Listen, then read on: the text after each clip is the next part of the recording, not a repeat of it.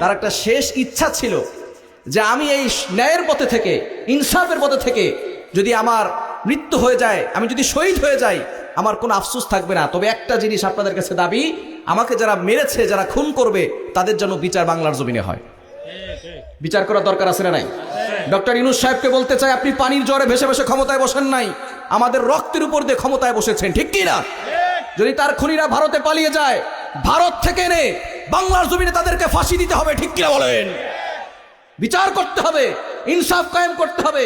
শুধু মায়া কান্না দেখালেই হবে না। যদি ইনসাফ কায়েম করতে হয়, তাহলে এই তন্ত্র মন্ত্র দিয়ে ইসলাম কায়েম হবে না। আগামীর পার্লামেন্টে কোরআনের পার্লামেন্ট বানাতে হবে। আগামীর পার্লামেন্ট যদি কোরআনের পার্লামেন্ট হয়, প্রতিটা মানুষ শান্তির সাথে থাকতে পারবে, ঠিক কিনা বলেন? আগামীর বাংলা হবে ইসলামের বাংলা, আগামীর বাংলা হবে কোরআনের বাংলা। ষড়যন্ত্র করে কেউ রুখে দিতে পারবে না, ঠিক কিনা বলেন? এজন্য মুসলমান আমাদের ইমানকে শক্তিশালী করতে হবে।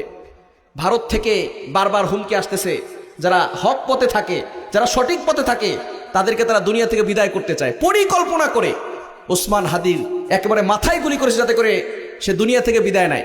পায়ে গুলি করতে পারতো, হাতে গুলি করতে পারতো। যদি তার পা একটা না থাকতো, তারপরও সে সত্যের পথে থাকতে পারতো, ঠিক কিনা?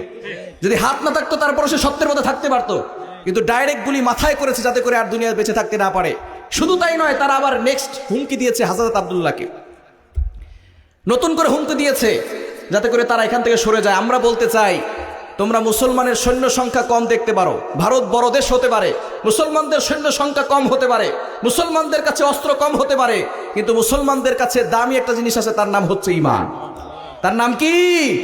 এই মুসলমানরা যদি ঈমান নিয়ে সামনে অগ্রসর হয়, শুধু বাংলাদেশে নয়, দিল্লির লাল কেল্লায় কালিমার পতাকা পথ করে উড়বে, ঠিক কিনা বলেন?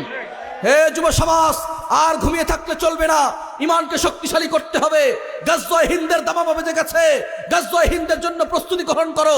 যদি গাজওয়ে হিন্দের জন্য ডাক আসে, আমি কাউসার আহমদ জিহাদি ফার্স্ট টাইম শহীদ হব।